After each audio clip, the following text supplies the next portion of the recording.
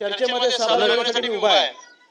अध्यक्ष महोदय, सर्वप्रथम मी आपला धन्यवाद व्यक्त करतो की विदर्भामध्ये अधिवेशन होणार, नागपूरमध्ये अधिवेशन होणार आलेलं आहे।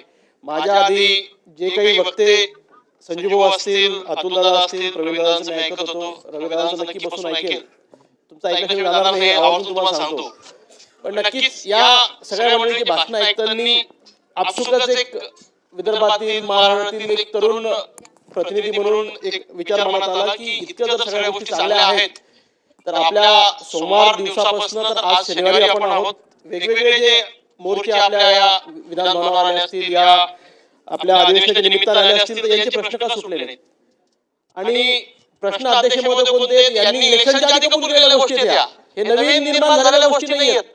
ते लोक फक्त एवढंच म्हणतात की जी आर तुम्ही जे काढलेले आहेत, आम्हाला जे तुम्ही गोष्टी कबूल केलेल्या आहेत त्या फक्त करा।